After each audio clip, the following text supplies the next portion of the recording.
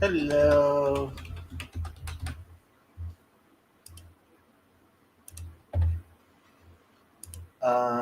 What did Dawn say? Dawn said, "Is the scheduled Jacob stream going to help me make sense of the Hazony Douthit conversation I watched today? Because I'm ready for that." Commenters were their usual selves. So, about 6 months ago, Yoram Hazony um, Yoram Hazony said he went. I think it was at the NapCon conference where he. Um, I called him the Jewish face. What did I call him? Woke right in Jew face. Um, and honestly, yeah, that's um,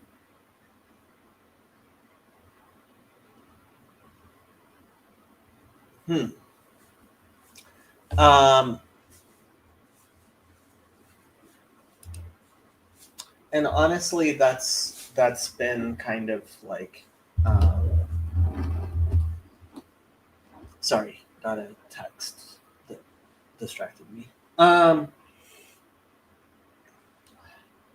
Like what made me do a stream tonight is listening to Hazoni talk to Dafit.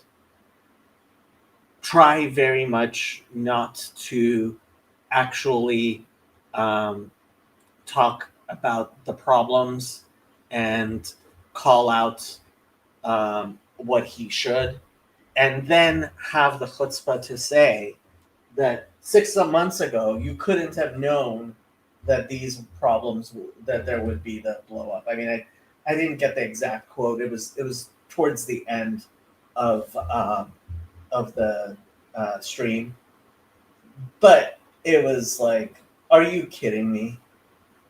Are you kidding me? 6 months ago, James Lindsay very clearly talked about the problems that the woke right was causing.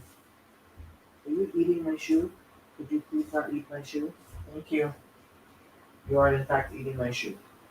Eat one of your toys, not my shoe. Thank you.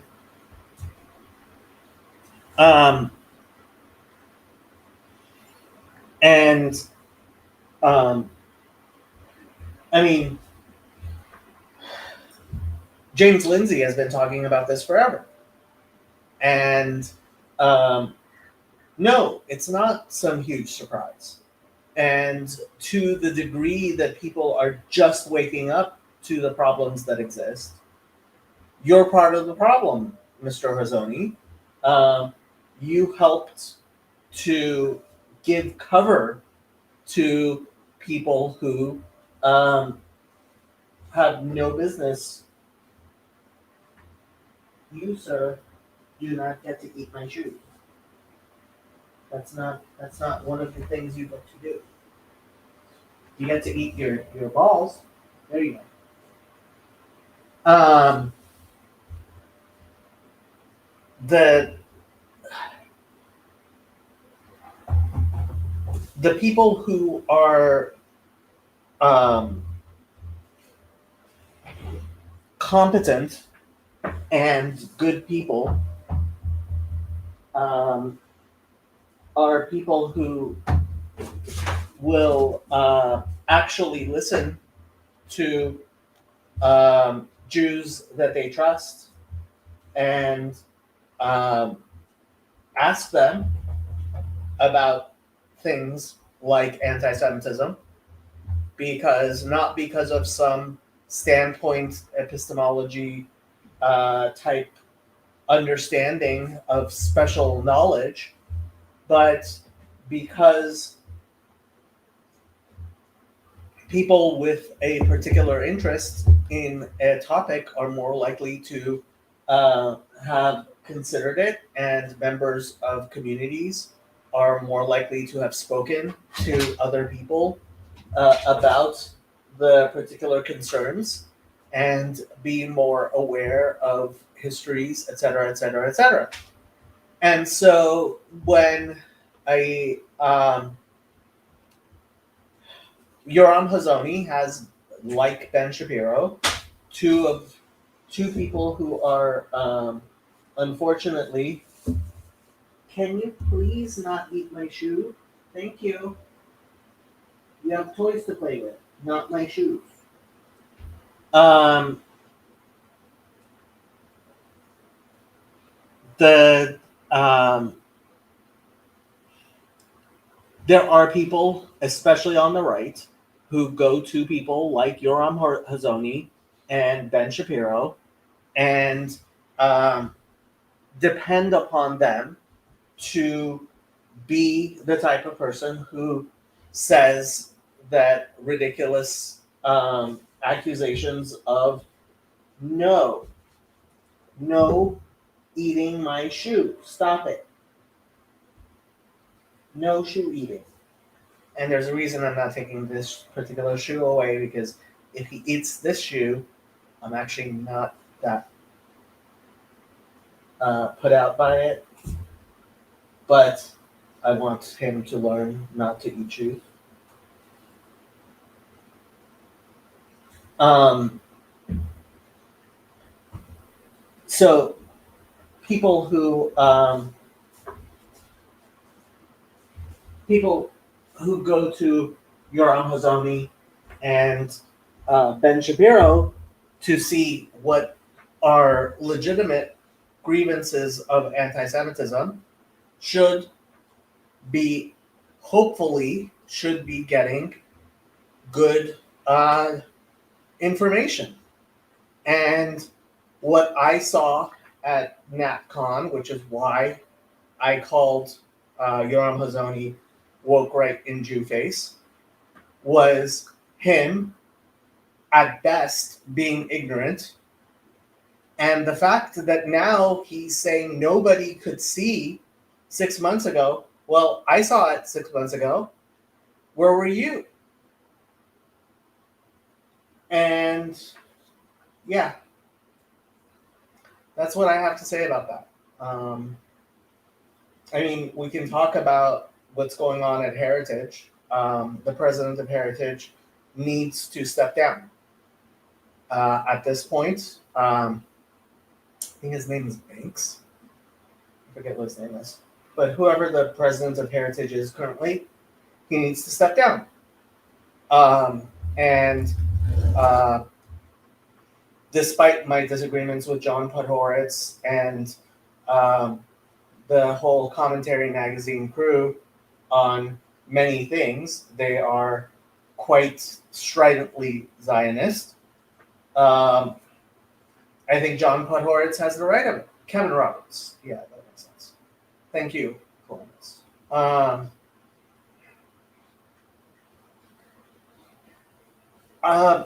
Yeah. And what makes me think Kevin Roberts needs to step down more than anything is actually his tweet about Jonathan Haidt the day before his explosive video. There is apparently a real rot in what is going on there with regards to Nick Fuentes and, unfortunately, Tucker Carlson. And I don't know what exactly is going on with Tucker Carlson, but I don't know if you've seen the tweets by his brother. Obviously, I don't necessarily expect, I don't like digging into family members, etc. But Tucker is not an individual. Tucker's son, who's named after his brother, is press secretary for J.D. Vance because he is Tucker's son. And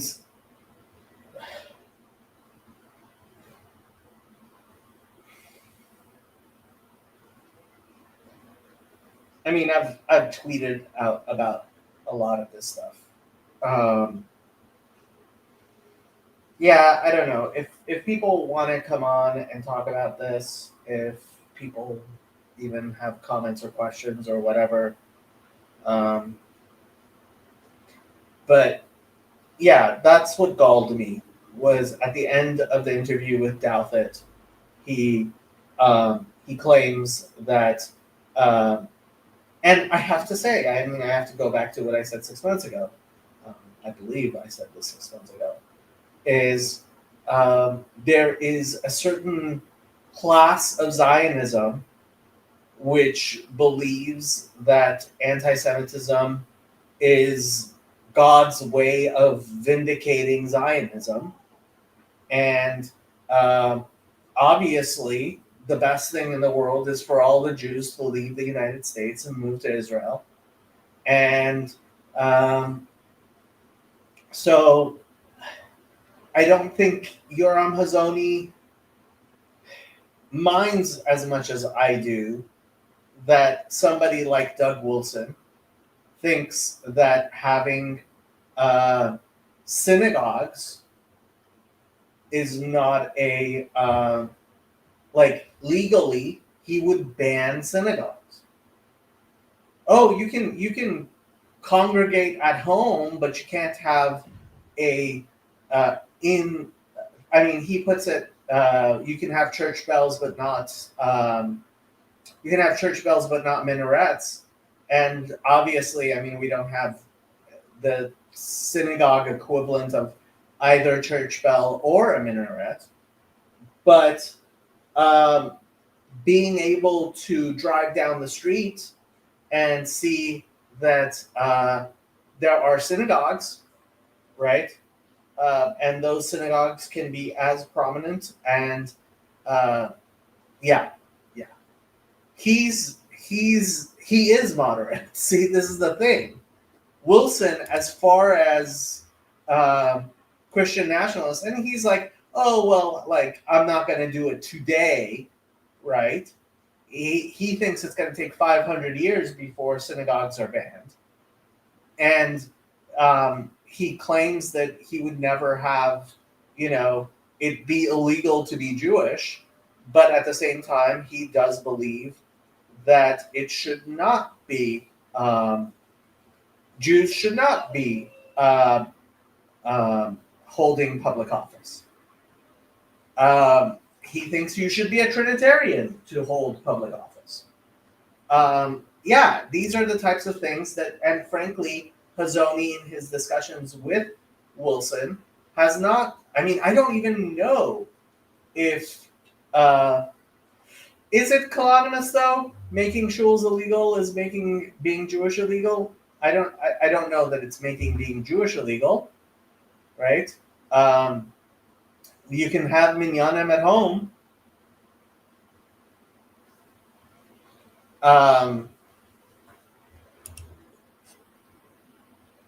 Are you saying that there are Jews who want to feel unsafe in the U.S. so that you will move to Israel? Oh, you're hitting up on stuff.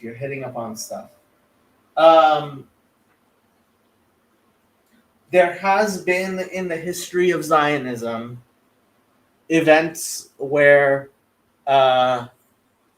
Zionists have no. He's like, oh no, I'm fine with minyanim at home. He just doesn't want public displays of Judaism. Yeah, no. Like you have to understand, he's a Protestant. He's very, very Protestant.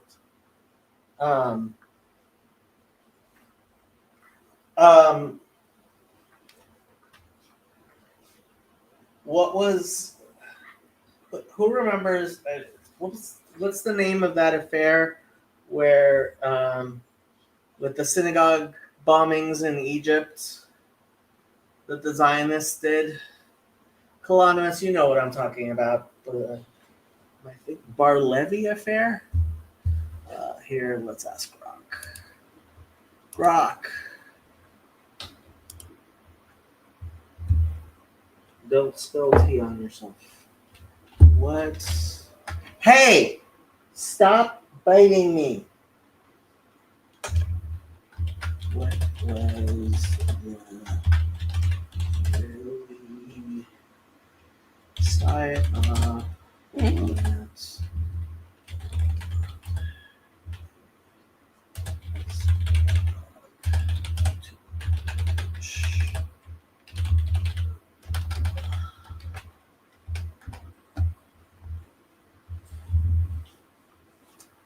1950-51 Baghdad bombing, a series of 5 attacks targeting Jewish institutions and businesses in Baghdad, Iraq.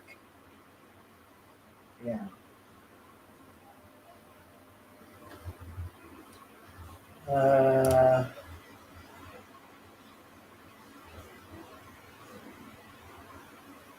Operation Ezra and Nehemiah.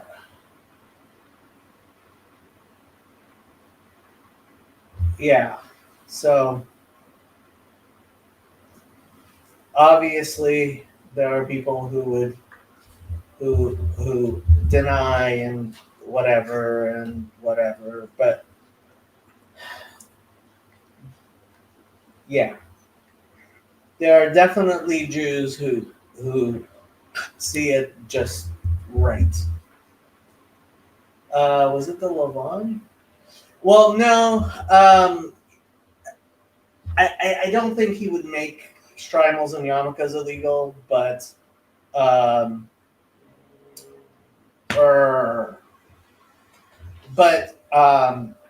he would make it so that Jews can't be judges anymore. He does think that all judges should be Christians. That's what he means by Christian nationalism. Yosef's here. Egypt was definitely Israel. Baghdad was far less likely, at least the initial attacks. Yeah. The history of Zionism is not a pretty one. Not a pretty one. How you doing, Yosef? Yeah, so right now he's an incrementalist, and for right now he is of the opinion that any Trinitarian Christianity is fine. He wants eventually to make it Protestant and then Presbyterian, and as they convince the world to be more and more Christian, he eventually wants he explained incrementalist himself. His Wilson's discussion with Sam Harris was actually pretty good, if you haven't listened to that. He believes that they are slowly... His community is growing. Yeah. His community is growing. And he has a certain view of he's what's called post-millennialist. So he's a partial preterist post-millennialist, which means that he believes much of the promises of the Mashiach have already come to pass, and that or is he an amillennialist? I forget these Christian stuff. Christian eschatology is really weird. They can't just believe what the Bible says because that would invalidate what they believe. So, yeah.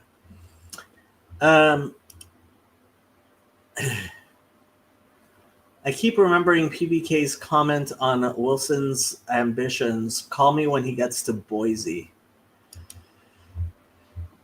Yeah, he seems to have skipped Boise and just taken over the Pentagon instead.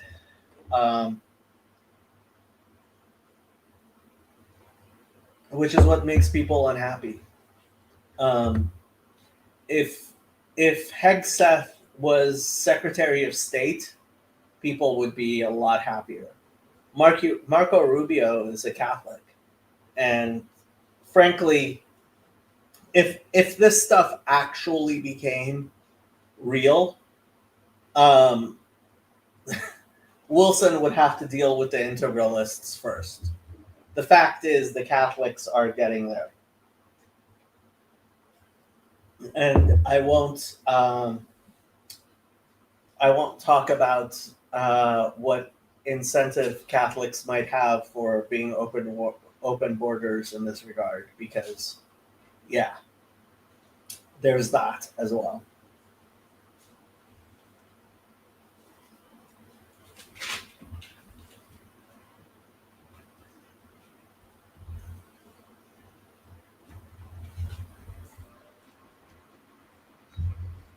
Wow, he's playing with one of his toys, not with one of my shoes. I'm so happy. Uh, to destroy the wires. Thank you.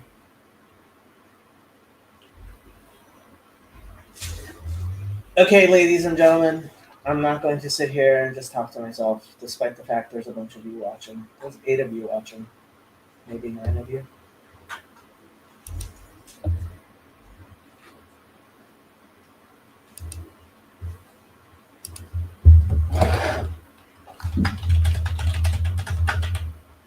Yeah, Lavon affair might have been what I was thinking of.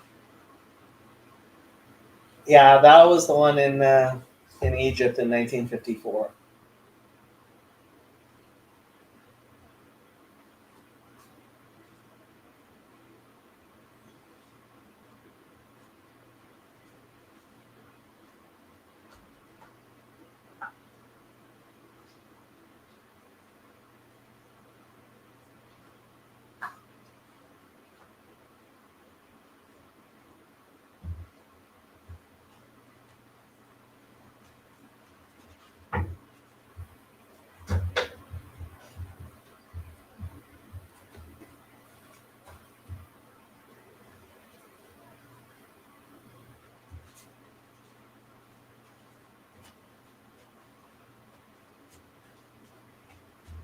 What can we do?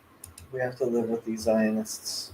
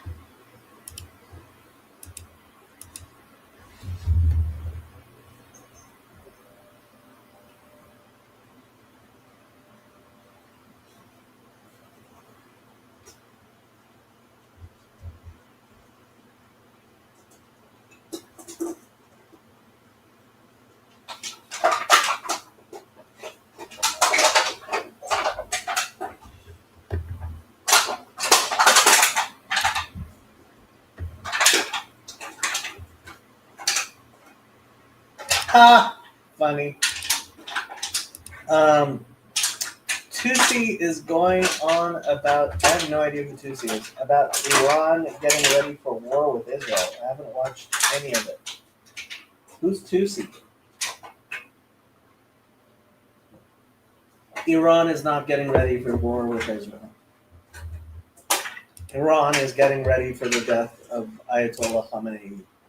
That's what Iran is getting ready for.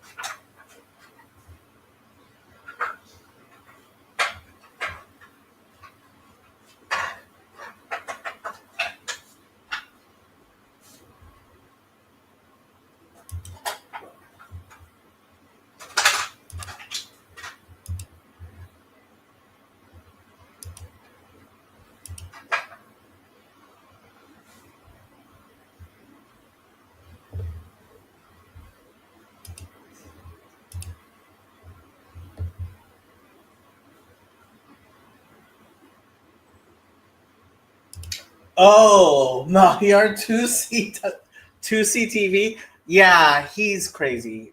He's a propagandist for.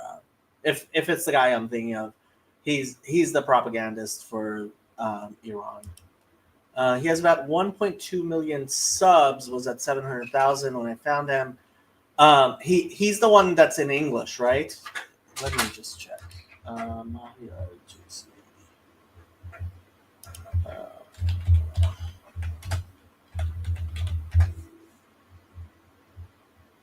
Mm, no, that's not the person I'm thinking of. I don't think I've ever listened to him before. Um, but it's in English, right? Yeah, it looks like it's all in English. I wouldn't really trust anything that's in English. Um, let me see if I can find who this guy is.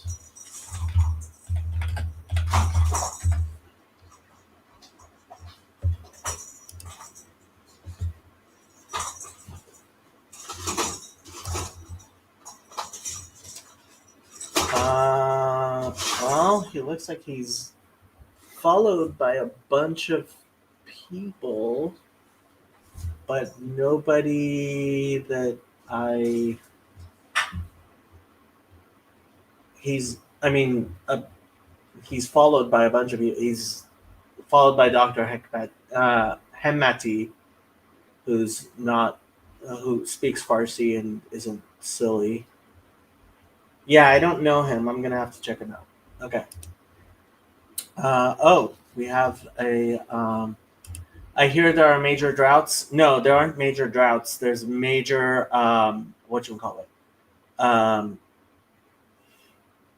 There's major mismanagement of water in Iran.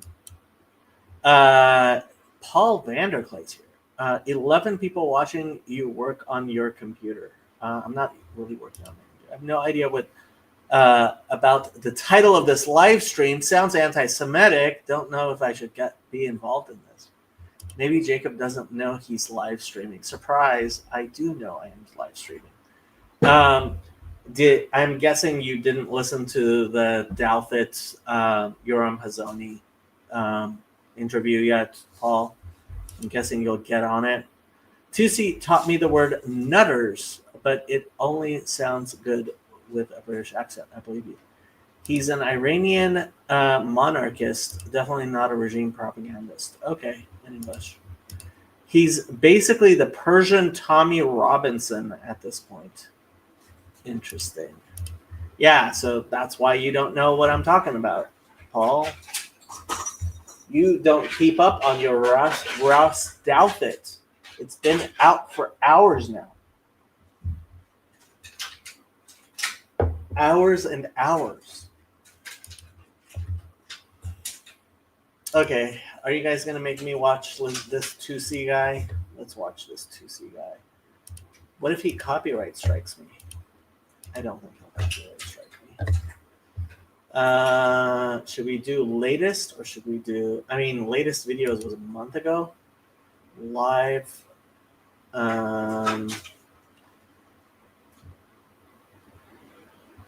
Muslim Brotherhood takeover of Sweden. Are you guys watching this? You guys are not watching this. Now you guys are watching this. Where's my... That's not a very good one. Is that better? Is that better? You guys can watch Shadow.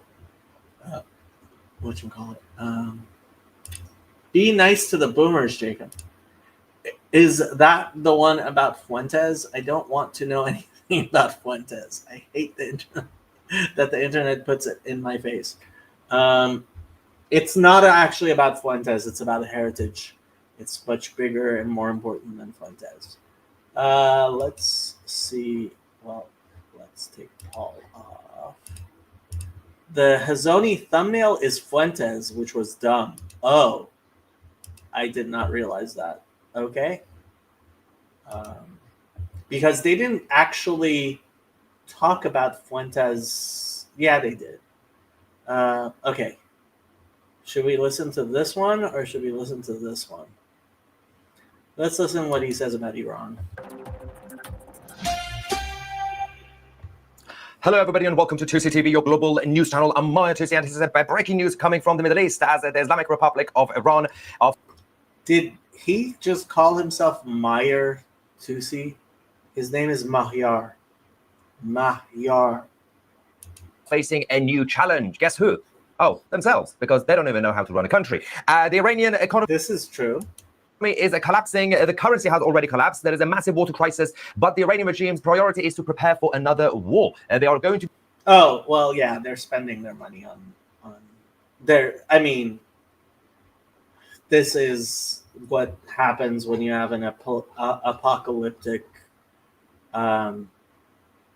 messianic cult run a country. I mean, what do you expect? Be moving the capital from Tehran. They have now officially 1,232,000 subscribed. I mean, when you have to put that at the bottom, come on. Ended all cooperation with the Nuclear Atomic Agency, IAEA. I'm going to give you guys the latest update on everything that's going on in the region, as of course the regional forces are now on standby because the clock is ticking. Now, we're going to get your reaction. What clock is ticking? Like, this guy, I mean, he sounds like a cheerleader. And after this live stream, of course, on YouTube, we're going to continue this conversation unfiltered on 2C TV Plus, on our independent platform and our chat forum with the lovely members of the channel. So if you want to join us, scan the QR code or go on 2C TV Plus. TV. Then we're going to continue this conversation later on our chat forum. Post live chat is on the voice channels section on our. That was his Discord. Private Discord server. All right, let's give you guys the latest. As initially reported by our team, the 2C TV website, the Iranian president Masoud Pezeshkian has warned that Tehran is no longer viable as the country's capital because of severe water shortages, of course. What? It's that bad? They don't know how, like, Lake Ormia, which my father's side of the family lived near for centuries, has been absolutely devastated by the lack of proper water management. And this has been the case for years now, but I guess they've also, like, all the underground water, like, this is just poor management, poor resource management, and an exploding population, whatever. Gas, everything, electricity, there's a complete mess of a situation, and the capital is no longer safe or be a safe haven for the Iranian regime's leadership. They are going to be moving everybody from the top, and of course the institutions, governmental buildings and everything else there in order to be able to survive. The problem that they have is that this full relocation from Tehran is not really easy because the rest of the country is also in a bit of a mess. Economically speaking, the lack of resources and... Who cares if you move the government? Like, you have to move the people. Like, it's not the members of the Majlis who are drinking all the water, you idiots. A complete instability in Iran. Now, while that's happening, there's a lot of updates coming in terms of the water shortage because the part of it was, obviously they're blaming, they've decided to defend Greta Thunberg, the Iranian regime, and they say that Greta Thunberg was right.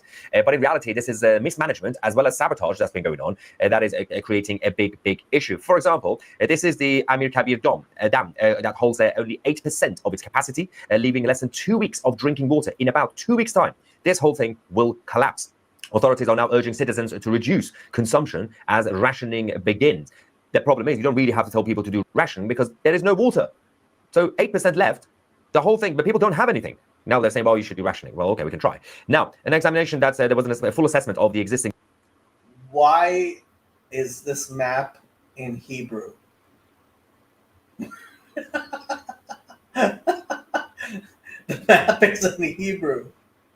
Like, okay, it's Hebrew first, then English, then Farsi. Like, my dear friends, like, why do you have Hebrew on your? Is this 2C guy even Jewish? Let me see. 2C.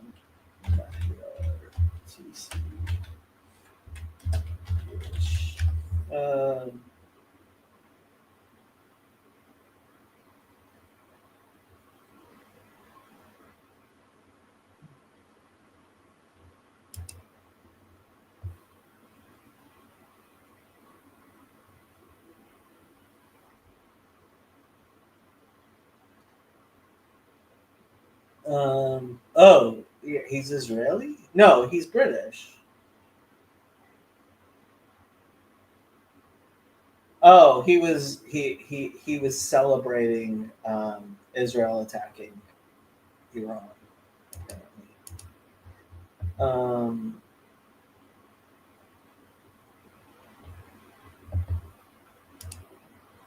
he's a Christian?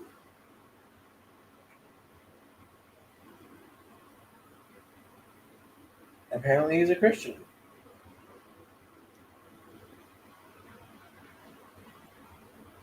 Um,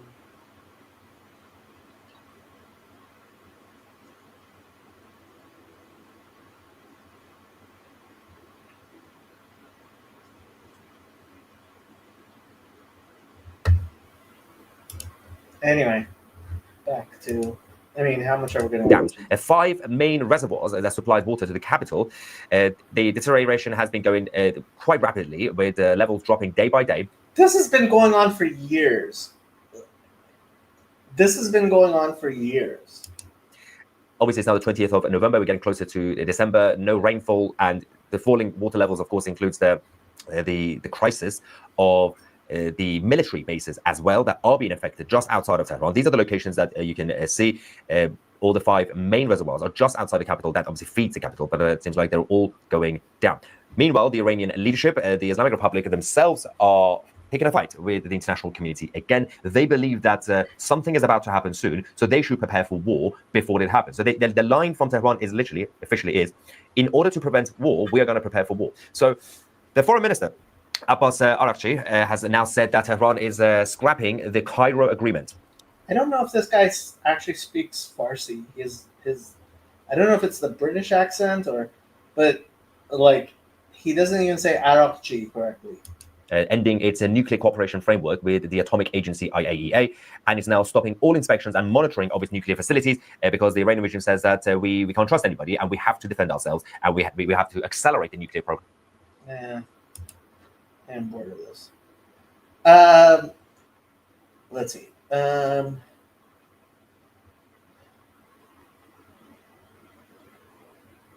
IRGC resumes nuclear production was the one I noticed today.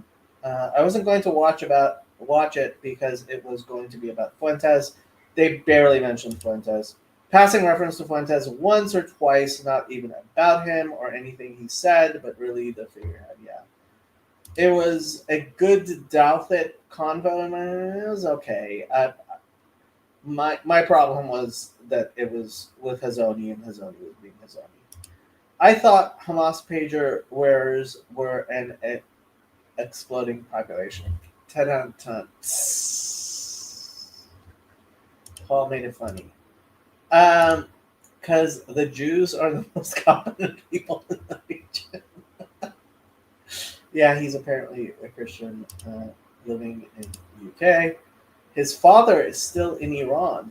Interesting. Very interesting. Okay, there's a bunch of you watching. I don't know. We can keep on talking about this stuff if you guys want to, but I am kind of out of cheat.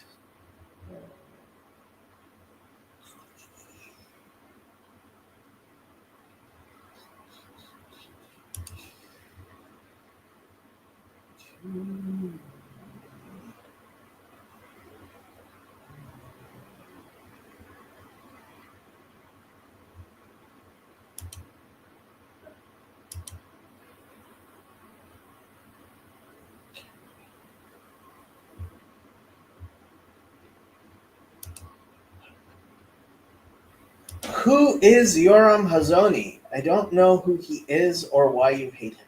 I don't hate him. God have mercy on his soul. He is a rabid Zionist, but that doesn't have much to do with why he's important. He is a political scientist. He is president or CEO or something of the Edmund Burke Foundation, which puts on the nationalist conservative conference every year.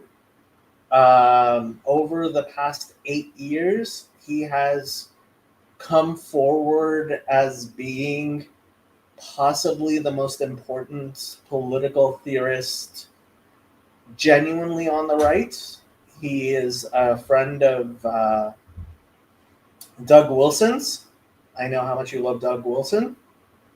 And like Kalonima says, he runs cover for the worst elements of the right in both Israel and the United States, in my opinion. And I very much agree with Kalonimus's opinion. That's why I called him woke right in Jew face. I mean, he's been around. He is an important figure. He is a genuine important figure in Republican politics, and his star has risen with Trump. And he's a smart guy, but he's a smart guy in a very similar way as Sam Harris is a smart guy. Yeah, so that's Yoram Hazony. Actually, his son hasn't blocked me on Twitter, and I think it's his son. It's some other Hazony. Who's the other Hazony? I might even follow him on Twitter. Hazony. So David Hazony is director and senior fellow at Z3 Institute. Again, Zionist, God have mercy on his soul. I think he is Yoram Hazony's son or brother.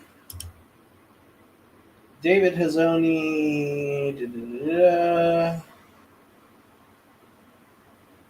PhD in philosophy from the Hebrew University in Jerusalem.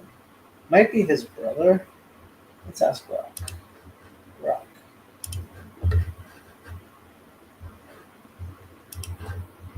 What is the relationship between Yoram and David?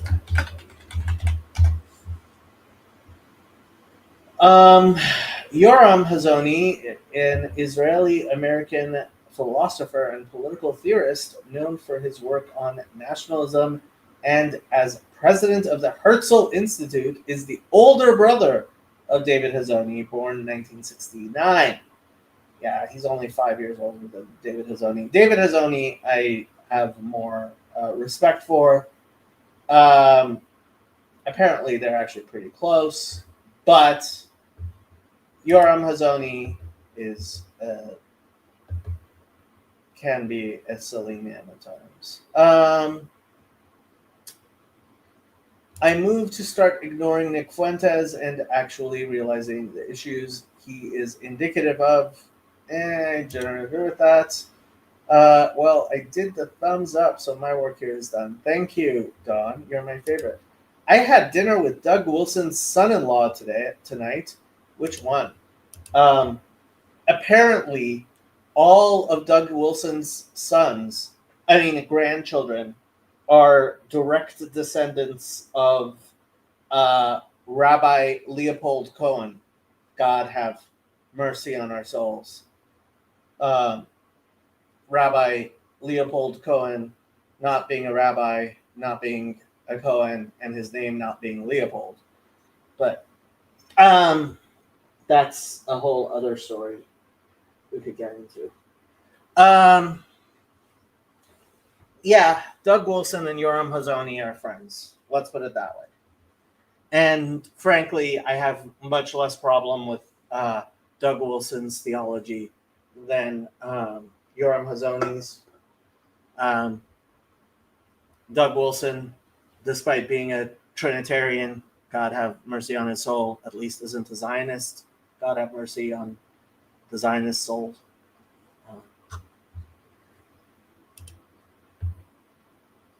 That's all I have to say about that.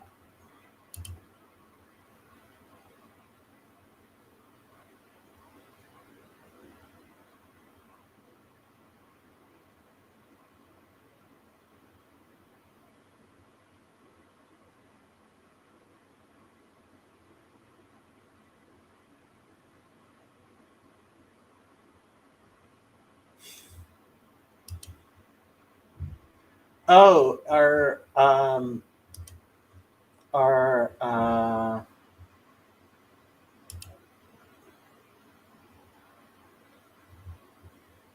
account based in United States. My account is indeed um, based in the United States. Now, apparently, you can actually find out where people's accounts are based in. Let's see. Any accounts I'm wondering about? Doesn't say where Pascal Emmanuel Gobri is uh, based in, even though he claims to be from Paris, France. Jarvis! Where's Jarvis based in? Doesn't say where he's based in either. So how come it said? Uh,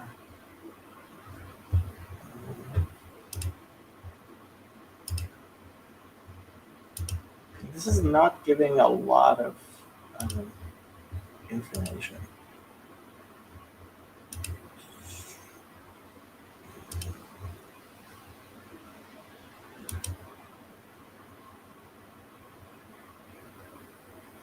Je ne sais pas.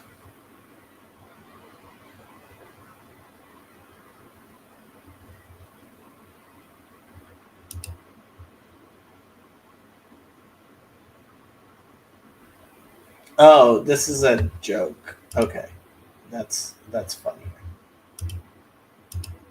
It is a funny joke, I have to say.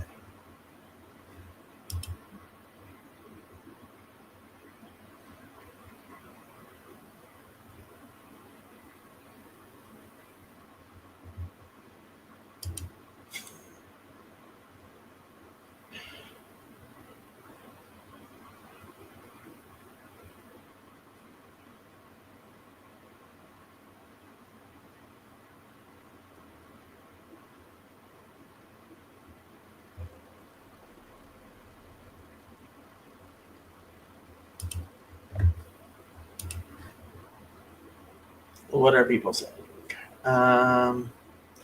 Hazy, how are you, my dear friend? I'd like to know why I'm suddenly seeing everyone's at name instead of their other names here. Yeah, I think what you call it has changed how they do things. It's okay, Don. Jacob will return to the land of his soul soon enough. I did not listen to the Boyce Seaback's conversation. I have been avoiding not just Benjamin Boyce, but actually his wife as well recently. He's going down a certain. I think he's trying to think things through, and he's not doing it very well. And I don't trust him to do it very well. And I hope. I don't know what's going on exactly, and I am not sure if his wife is being a good or bad influence on him. But in any case, I am not. I am not seeing Benjamin Boyce navigate this situation well. Maybe I should watch that. That would be a better thing to watch than most of the stuff I'm watching. If you guys aren't going to actually jump on or anything, where's Seabax? My dear friend Christian Baxter. I suppose I could just go to his channel.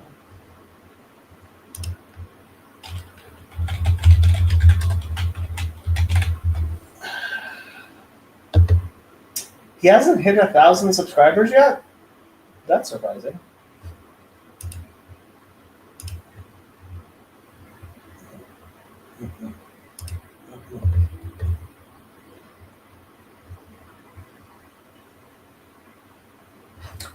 Of course you can share a letter that you wrote to CBAX if you want it to be public. Someone in PBK land said she stopped listening to Boyce when he talked to Nick Land. But I don't know anything about Nick Land at all. Land is bad news. Land is definitely bad news. I mean, I don't necessarily mind talking to him, but he's definitely bad news. I'm your host, Christian Baxter, and today we have Benjamin Boyce here with us in the Yours Truly virtual studio. Benjamin's been around this corner of the internet since the beginning, since the Jordan Peterson, Brett Weinstein, and other characters of the intellectual dark web challenged the prevailing cultural narratives of It's Brett Weinstein. nearly a decade ago. Benjamin was on the campus of Evergreen University when Brett Weinstein was harassed and threatened. Weinstein. Was deeply impacted by his experience during that time and subsequently made an Evergreen docuseries right here on YouTube that I would recommend anybody go watch, though it is an incredible piece of history both in American sense but also here on YouTube. Since then, Benjamin has made a career as a podcast interviewer, tracing the threads of cultural stream down from the intensities many of us experienced over that last decade or so with Trump 1.0, COVID, and now Trump 2.0 in American culture. I had Benjamin on the channel a little over a year ago to talk about the beginning rumblings of the term woke right, fresh off his conversation with Konstantin Kisin from the Trigonometry podcast. In our conversation, he outlined how we had gotten to this point in our culture. I got to physically meet Benjamin at the art conference in London earlier this year and briefly interviewed him on my vlog while there, in line together, waiting on the opening session. He was the first person I saw that I had met digitally prior, was thankful for his gracious acquaintance there. I've invited him back to further discuss the current moment we are in related to the cultural and visible evolution of the woke or dissident right, related to the post-Charlie Kirk assassination, and now the ascendancy of democratic socialism with the election of Mamdani in New York, and the recent rise of salience of Nick Fuentes, and where we go from there. Don't forget to like and subscribe to the algorithm, the influence, and become a channel member to help support the work of this channel. Now, without further delay, I give you Benjamin Boyce, the calm conversationalist. Hi, this is Christian Baxter, and you're listening to Yours Truly, a place we go to think out loud.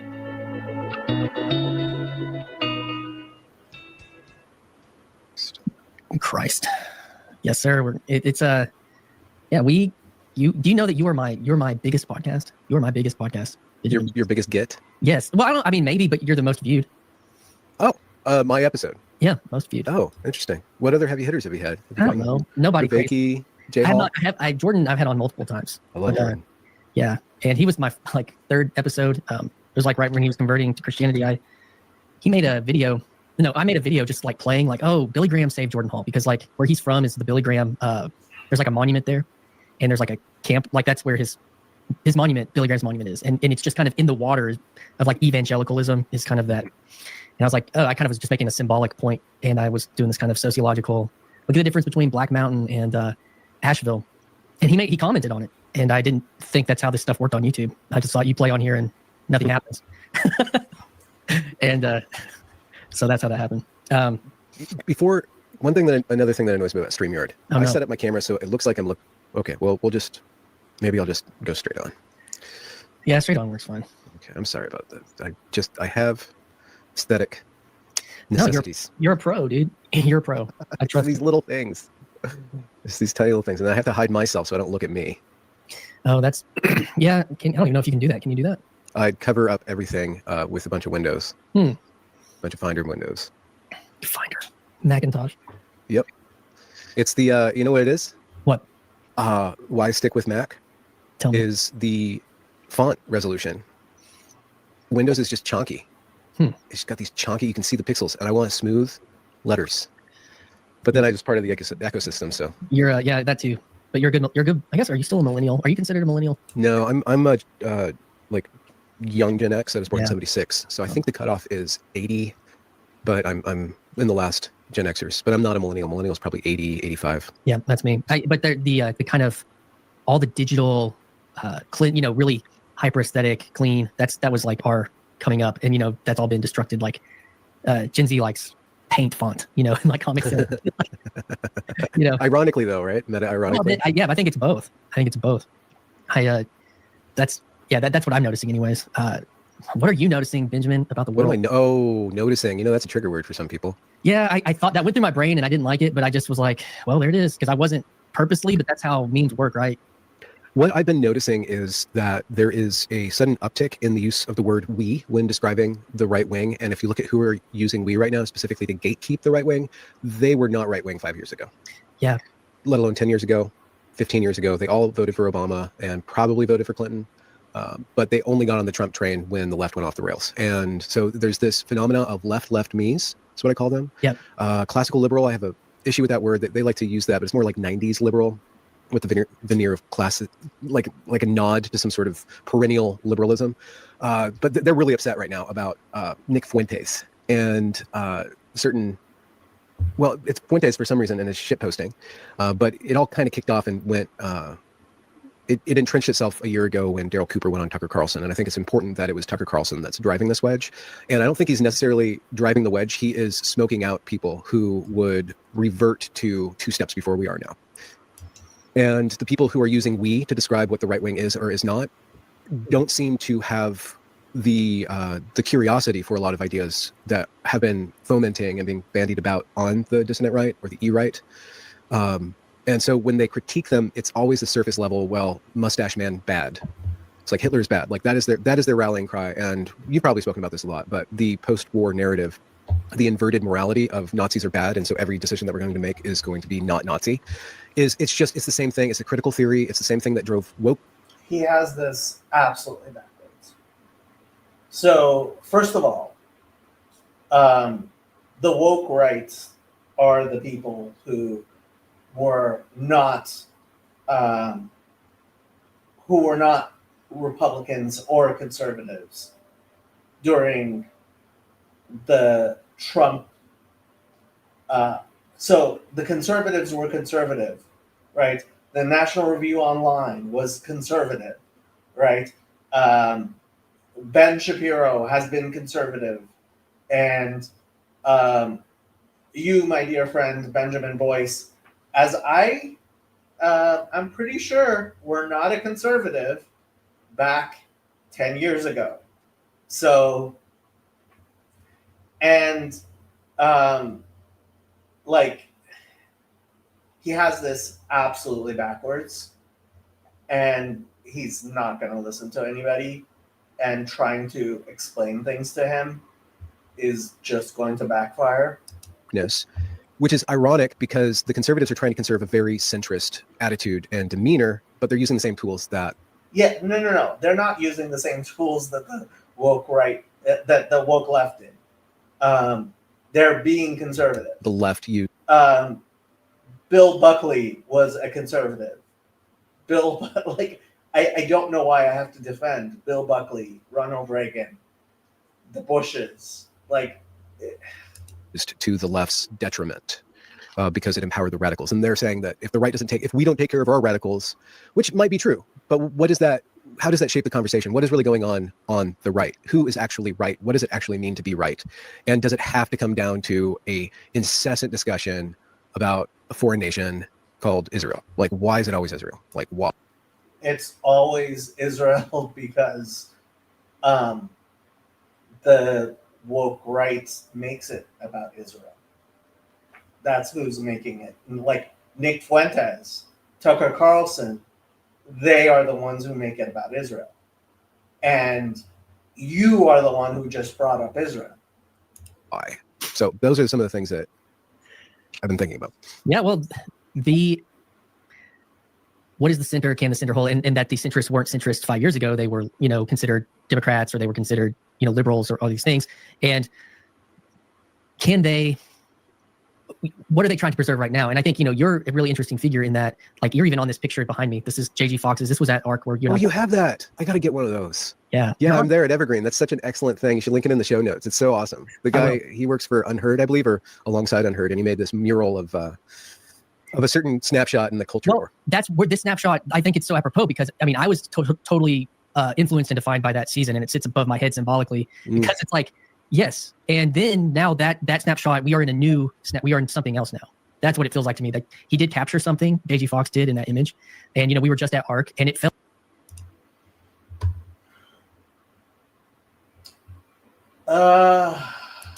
Obama was peak universal for freedom religion. Obama ran on that He wasn't actually that, unfortunately. I looked at your response. But no, I am not going to read your response, Hazzy.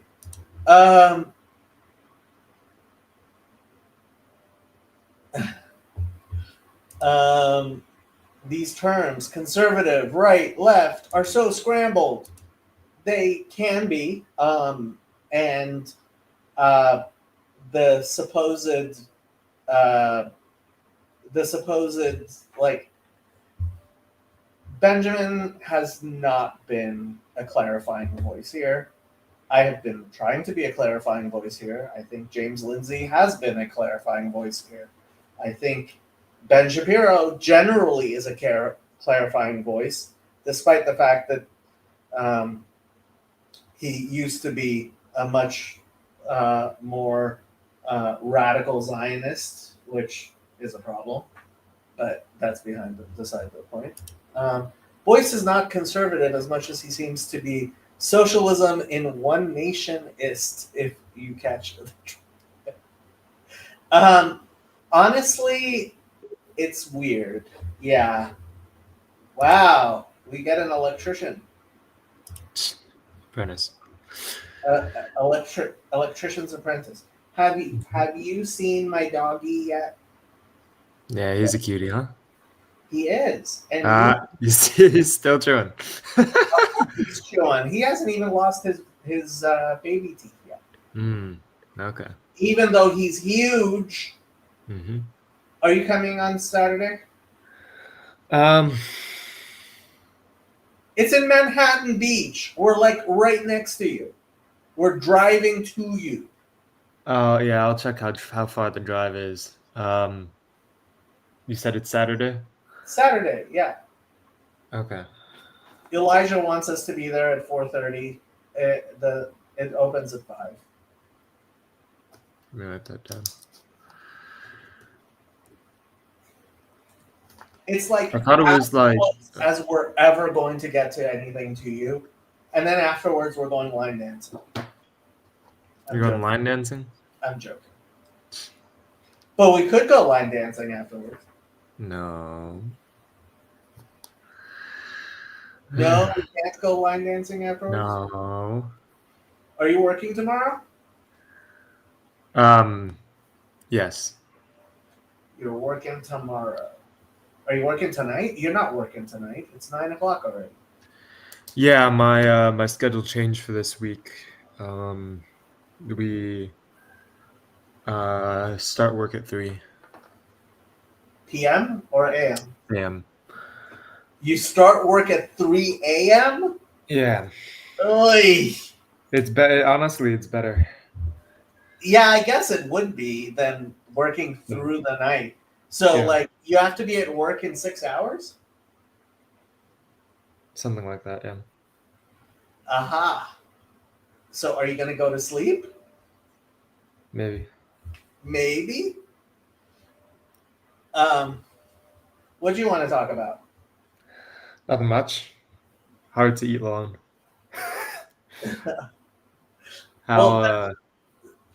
That's why I invited everybody to Mongolian barbecue. I hate eating alone. I hate eating alone. Oh, yeah. Plus, it's Mongolian barbecue. You don't need much of an excuse to go there. I love all-you-can-eat Mongolian barbecue. Maybe after Fogo de Chao, it's definitely my favorite. And yes, neither one of those things are kosher. I am sorry, but all-you-can-eat kosher meat would be thousands of dollars. No, Don, you have to wear pointy boots and a big hat to be an electrician. I wonder why there aren't any Mongolian barbecue places in Israel. Are there any Mongolian barbecue places in Israel, Fezzi? It might be a really good thing for kosher restaurants. Anyway. Yeah, so are we going to go back to watching Christian Baxters? Are there any Mongolian Jews? I would be very surprised if there are. You know, yeah. So how long has this whole um I don't even know how to put this.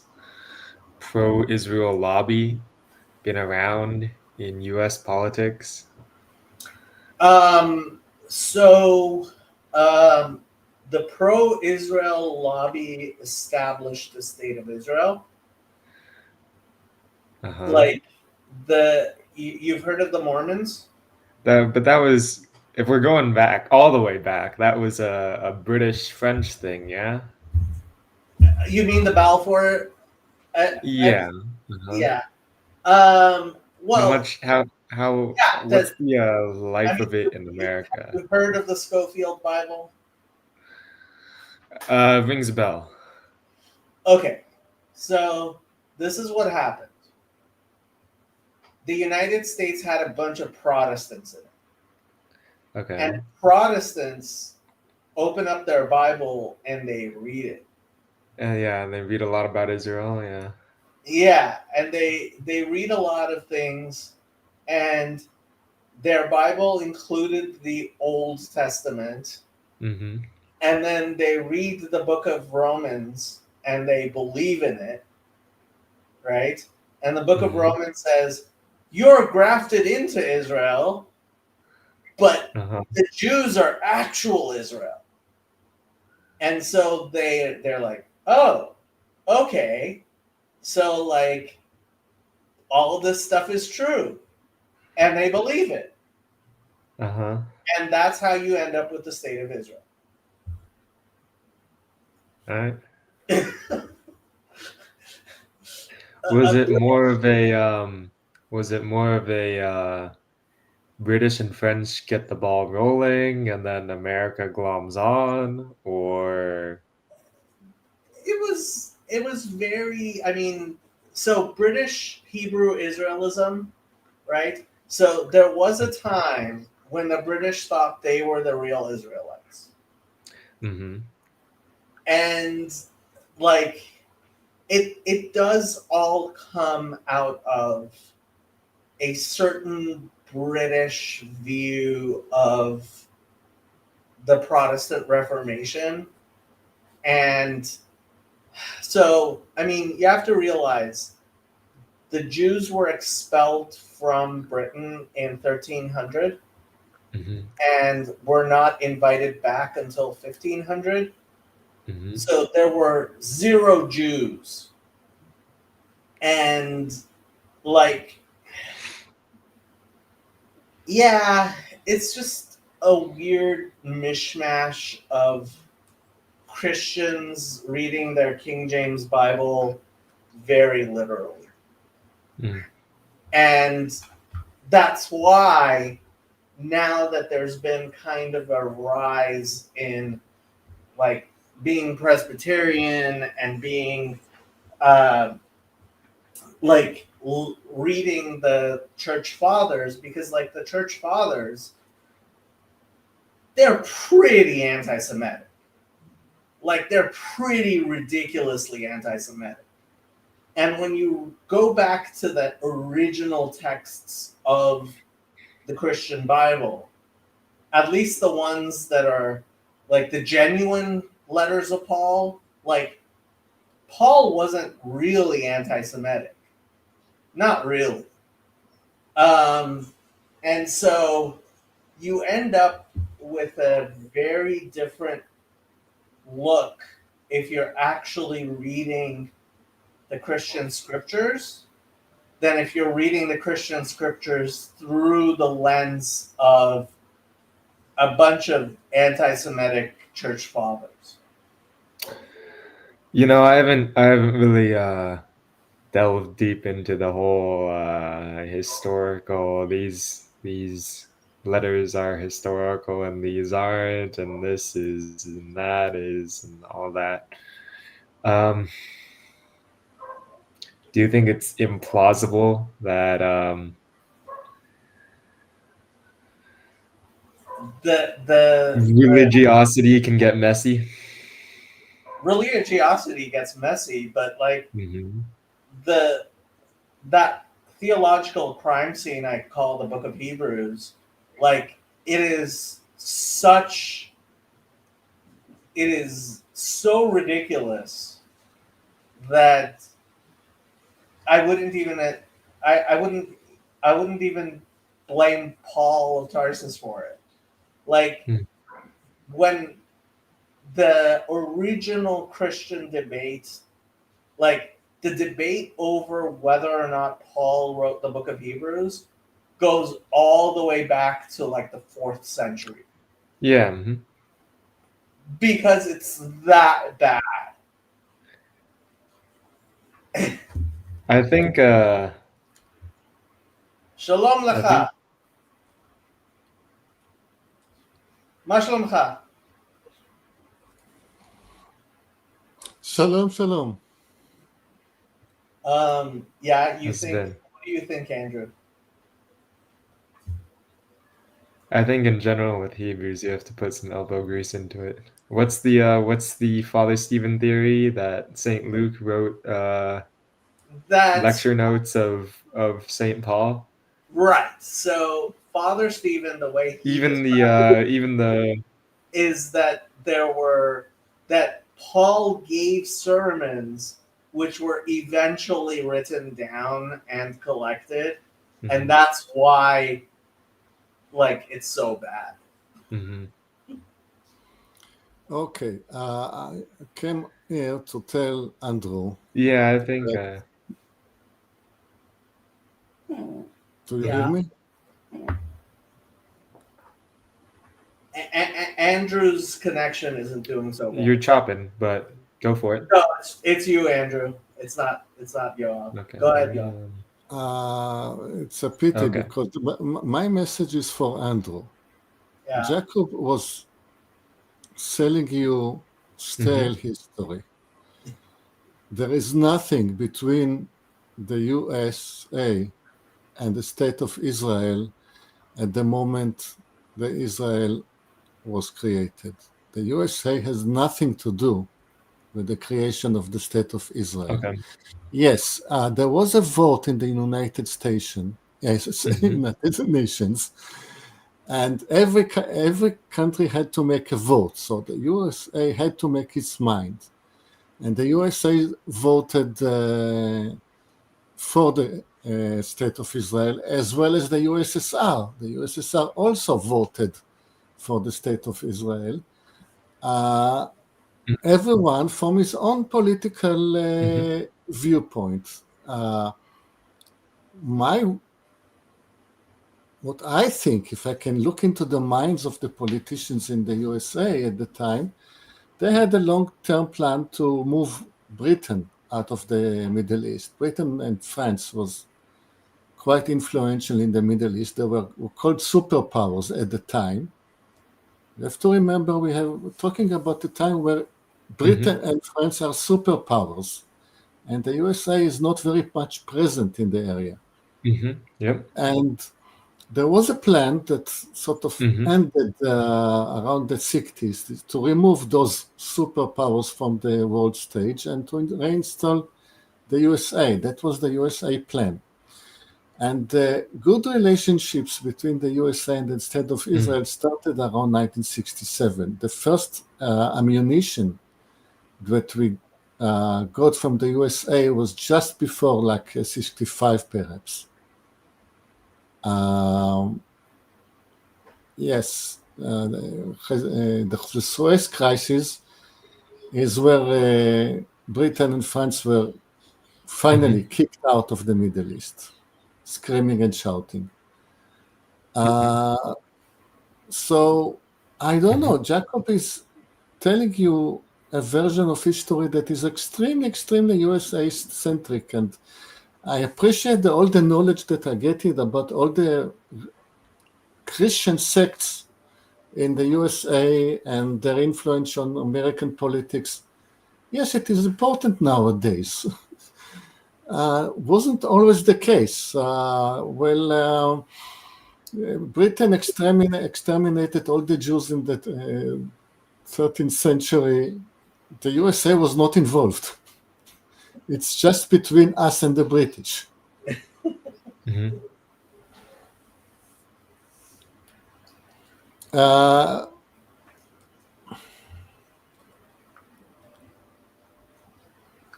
Any questions you want to ask me? Because I just wanted to say that, and I really don't want to get into the real subject of the day, that is American politics. You can guess my position, and you can guess Chazy's position. I don't have to iterate it aloud. What do you think of Yoram Hazony?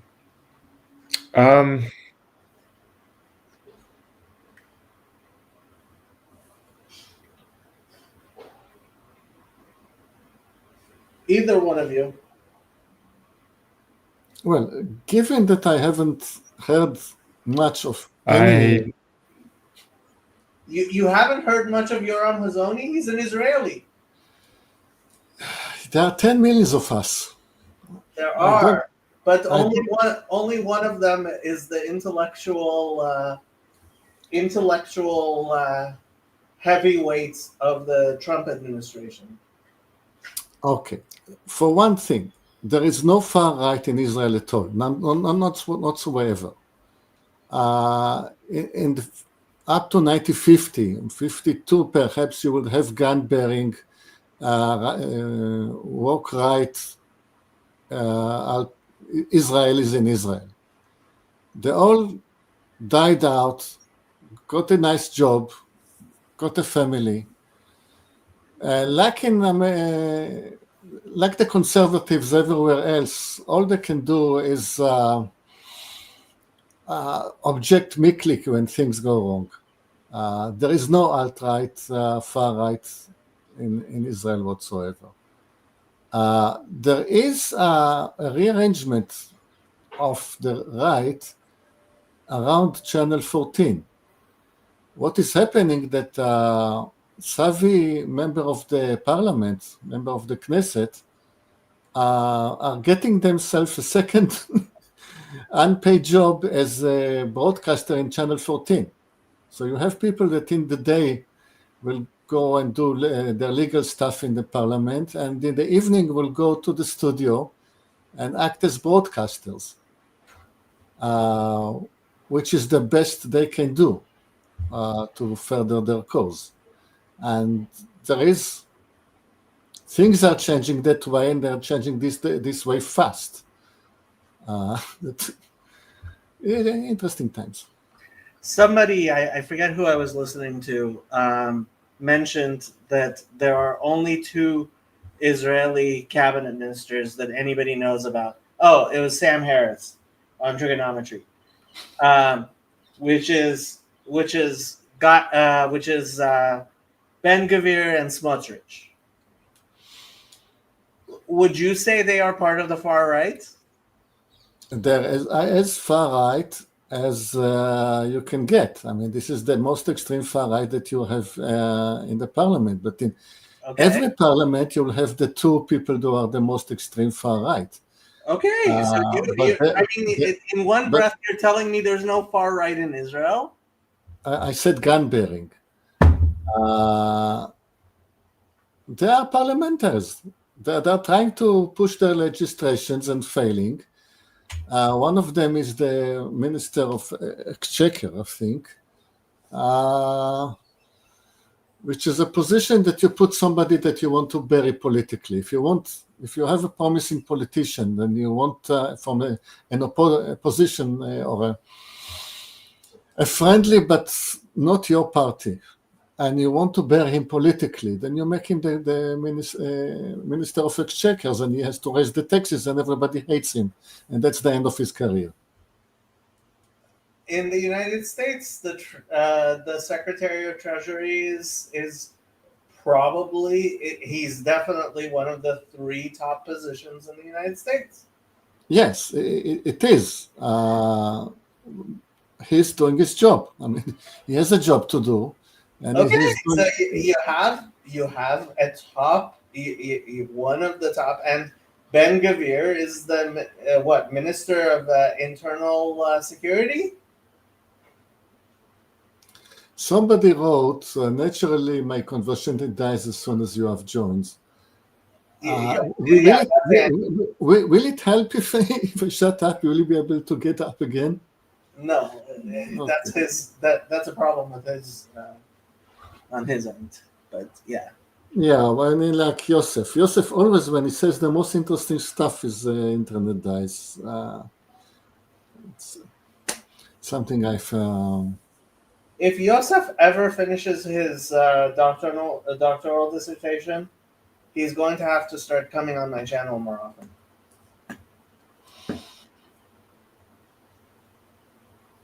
Yeah, so we have a member of the parliament that are the most extreme right that there is, and we have Arab member of the parliament who openly finance terrorism. That's the nature of the Israeli parliament. This is why we have such a good democracy.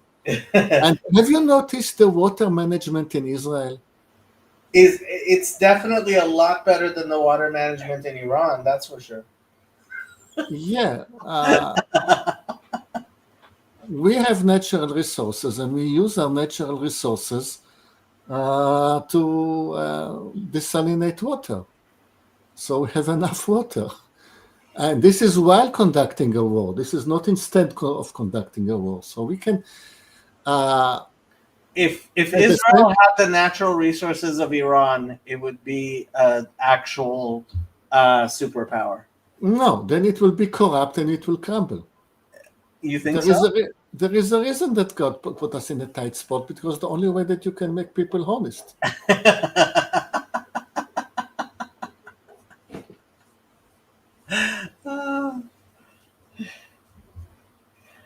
Like I said it before, we have discovered gas, a lot of gas resources, and there was a thought of putting up a pipe and selling the gas to Europe.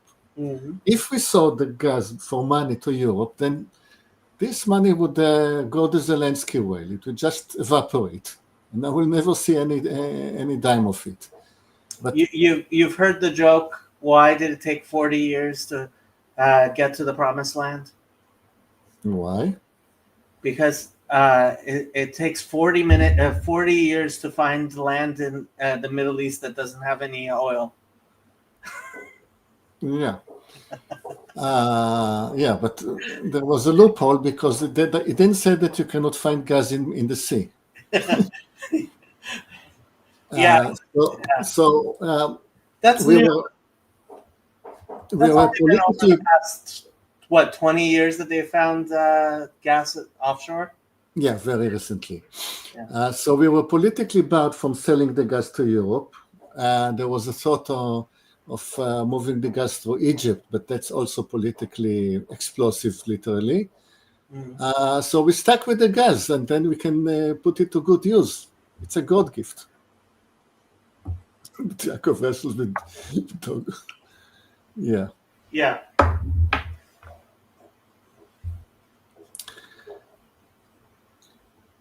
Isra Kelev.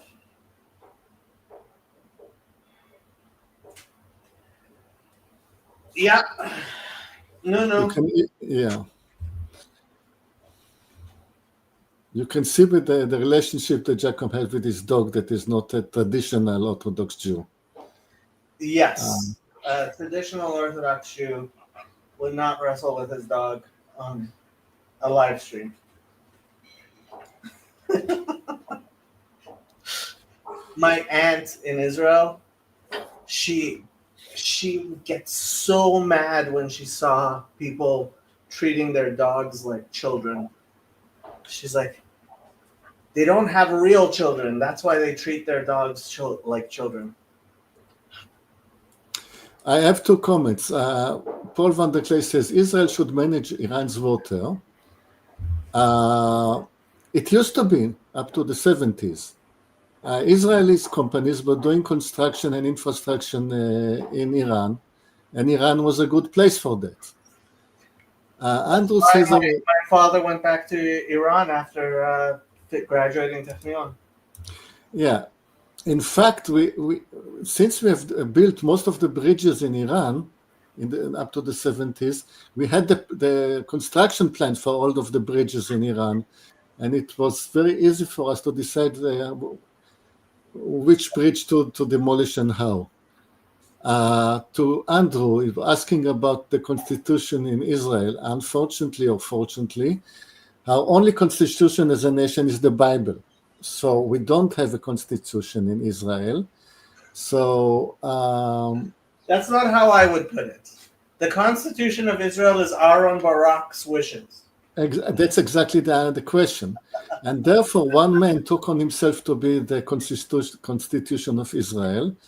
And this man should be opposed, but the far right doesn't bear guns. So this man should be opposed in peaceful, legal ways. Yeah. Israel has a constitutional court, which, without a constitution, claims that it can declare laws to be unconstitutional based on whatever the judges decide is unconstitutional. Yeah. And there will not be a constitution because you cannot have the Orthodox Jews and the devout Muslims, Arabs, agree on a constitution with the woke left. Yeah. How would you? The time of rational people writing down a constitution was 200 years ago. They're all dead by now. Yes.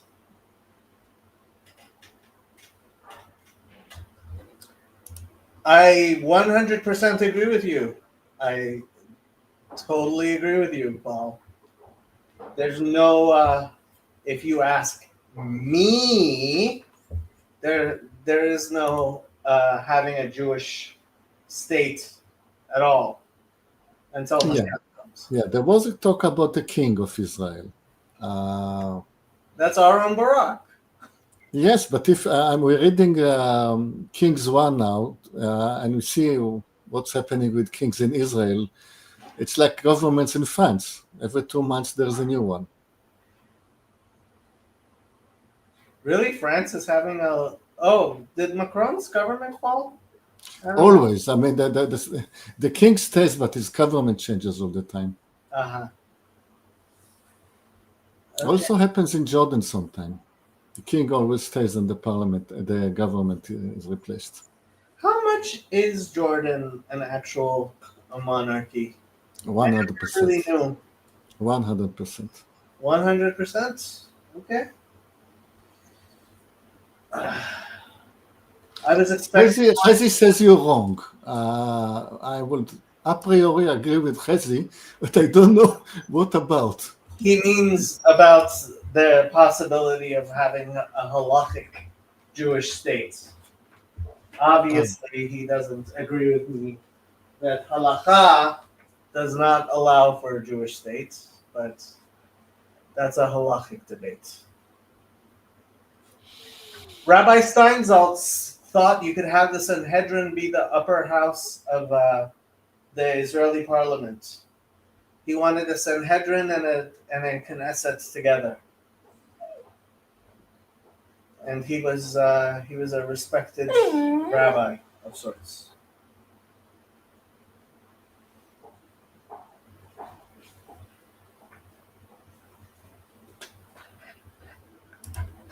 Well, aside from Bibi, you guys are electing PMs every 2 months.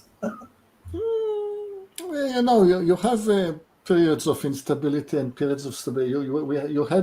We had famous prime ministers who lasted for a long time, like Levi Eshkol, for example, David Ben-Gurion.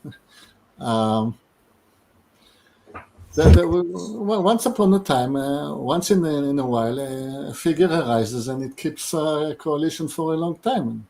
And transition periods. That's the way of a parliamentarian system. How long do you think until the next elections? Next elections, must happen within a year. By the calendar, within the next year, there should be elections. Really? Yeah. And Bibi's gonna run again? Why not? I can think of 1,200 different reasons, but that's me. I don't think his trial will finish by then. By 1,200, I meant all the people who died on October 7th. Died where? October 7th. Do you know what happened at the day? Nope, but he was prime minister. Okay, so I will agree to those three facts. People die you don't know when he was prime minister. Yep.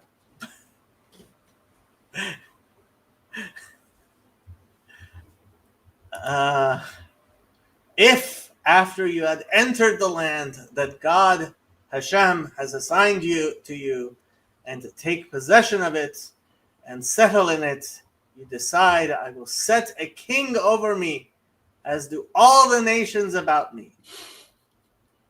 Yep, Chezi is darshaning Torah Pasukim for us.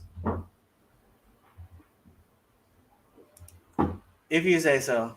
If you say so, Chezi. Or we could live in Galut, like we do. That's what it seems like to me. The question is whether Chezi is right in the sense that a king can mean a political system. I have no opinion of that, but it's a question. King is a king and a parliament is a parliament.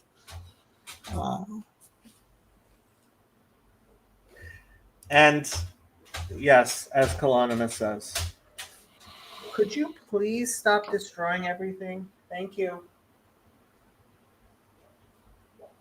I should probably move my scanner off the ground. Of course, I don't use it very much. And if I move my stop destroying my scanner. And if I remove my scanner off the ground, he's going to go to my printer and try to destroy that. Okay, I've done my job in defending the Zionist state today. You I have have? to start preparing the Shabbat dinner. Oh. Shabbat Have shalom. fun. Have fun. There's way too many people watching. There isn't that many people watching. But the current system would be more akin to the shoftim, each doing what they thought was good in their eyes. Quite possibly.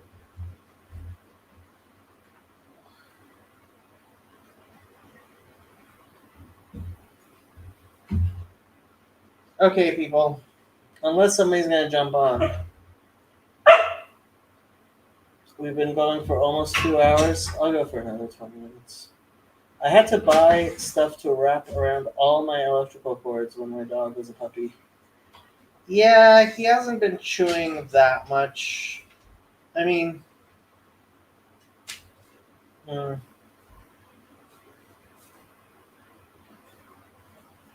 Lucky, come here. Lucky, come.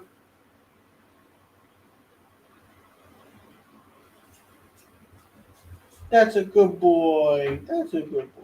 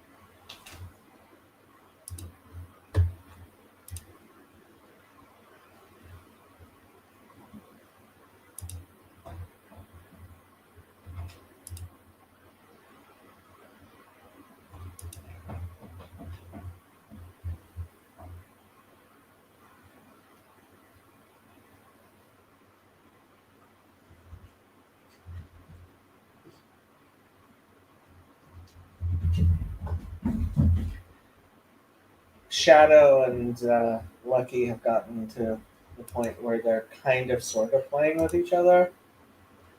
Well, Shadow kind of doesn't run away and just like hisses and bats at Lucky, and Lucky thinks he's playing.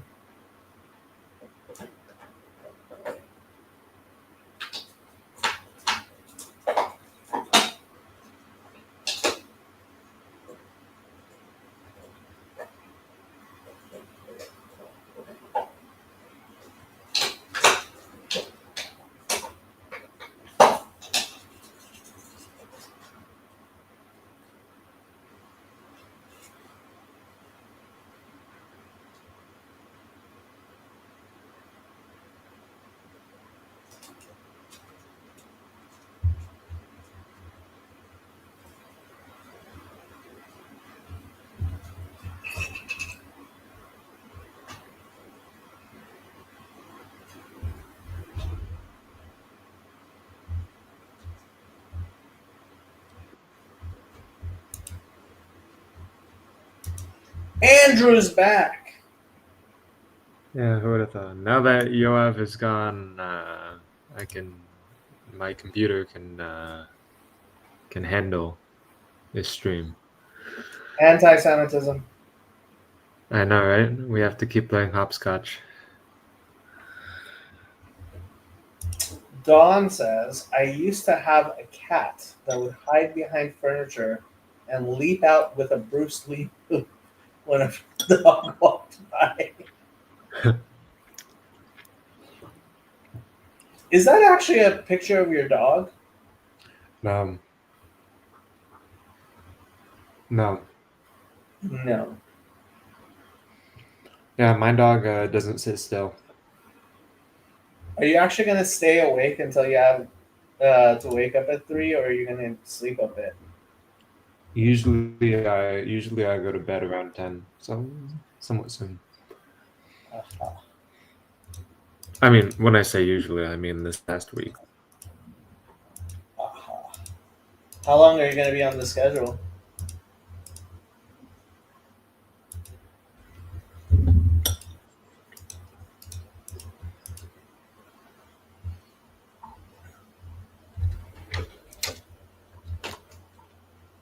Shadow, come. Everybody wants to see you. Come here. Come. Guess not. Nobody gets to see Shadow.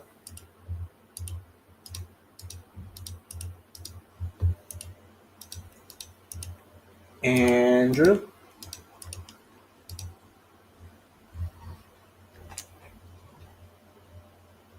Shadow. Come. Gotcha.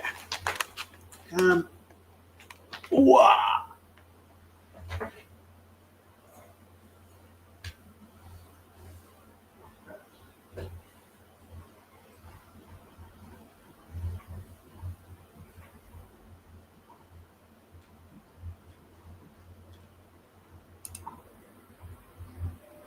Andrew's gone.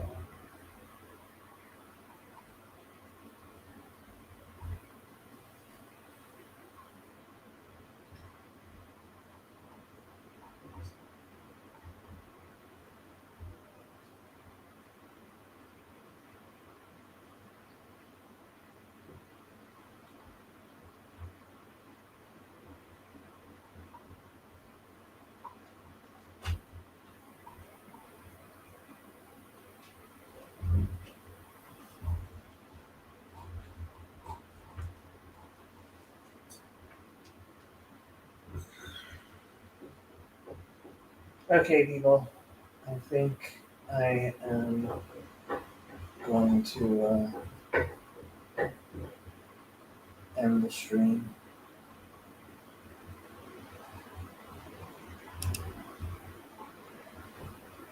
I'm going to use host's prerogative to put the Reverend Parcells to bed because he does need to get up in the morning. Sorry, Reverend. Thank you. But before he goes, I have a question.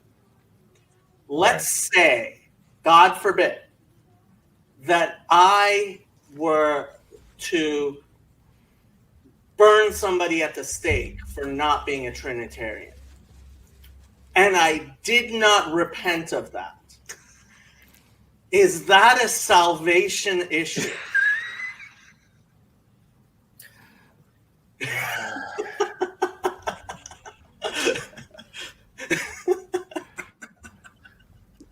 Sometimes Jacob takes that devil's advocate thing too Isn't there a far. proverb that says something like "Don't answer a fool according to his folly." But there's a proverb that says answer a fool according to his folly. There is. Exactly right. And I'm going to leave it to you guys to determine, which of those was applicable in this situation as I go. So, but anyhow, good. Thank you, Reverend. Good to Thank chat you. with you all. Thank you. Good night. The